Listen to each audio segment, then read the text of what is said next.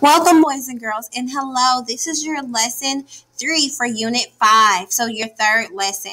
I hope that you've been enjoying learning about the Renaissance, and in the previous in lesson 3. With Miss Princess in reading, you read about Da Vinci's accomplishments and things that he accomplished and created throughout his lifetime. Beautiful sculptures, pictures, paintings. And so now we're going to take those, writing informational. So we know what information it means. So things with, I don't want to use a sentence with a sentence. With supplies and things that know ideas.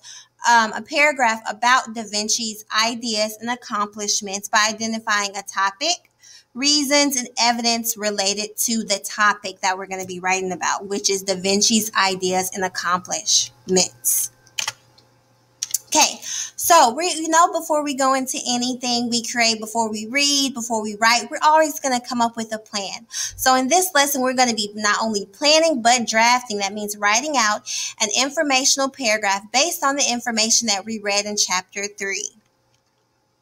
Okay, our paragraph prompt. So prompt just means the topic. What are we going to be writing about in our paragraph? And it's how is the spirit of the Renaissance represented in Leonardo da Vinci's ideas and accomplishments? We have to remember when we're writing informational pieces, we must focus on selecting one specific moment because you don't want your paragraph to be all over the place. An object or an idea and use precise details to write about it. And we know about our precise details. We like to use that textual evidence. And then what will be the focus of our paragraph?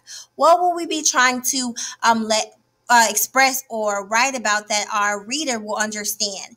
And when you think about that, you think about the spirit. What does spirit mean? When I ask, how is the spirit of the Renaissance represent Leonardo da Vinci's idea and accomplishments? And guys, boys and girls, I added the definition at the bottom. Spirit can be defined as an attitude or feeling shared by a group that relates to a particular time. So the spirit of a birthday party might be happiness, right? Joy, celebration. So when you think of the spirit, it's the attitude or the feeling that you have during a shared time or a group. So, you guys, boys and girls, we first want to talk about the topic sentence. We talked about this last unit.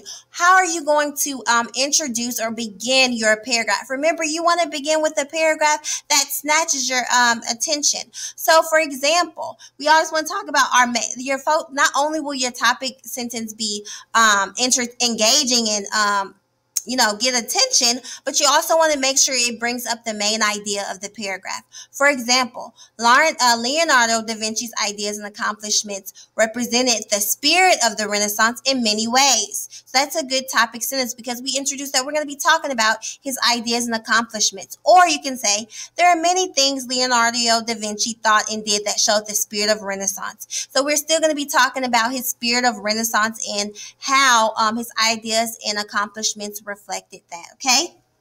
When you're using this graphic organizer, it will help you record your plan for your paragraph. So again, boys and girls, we don't just start writing. We make sure we have a plan. So we first are going to identify, and you're going to type here your topic sentence, okay?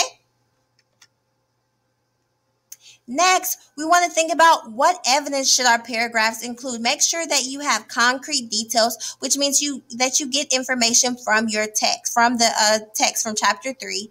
You have quotes and other information examples that should support the topic. So, boys and girls, this is not just a persuasive or your ideas, just your own you're just creating it. We have we're going to make sure that we have that textual evidence that we're using information that we were given throughout our chapter 3. So make sure that when you're writing this paragraph, it's not just opinions, that you actually have your quotes and concrete details from chapter 3. And then you want to make sure you use precise vocabulary. Every unit, we always go over that academic core vocabulary. So make sure, boys and girls, that you're including that. For example, accomplishment or explore. That are the words that were used. Look back through chapter 3 for evidence that supports each reason that is identified, and make sure to use and record that precise evidence when you're using those precise vocabulary words.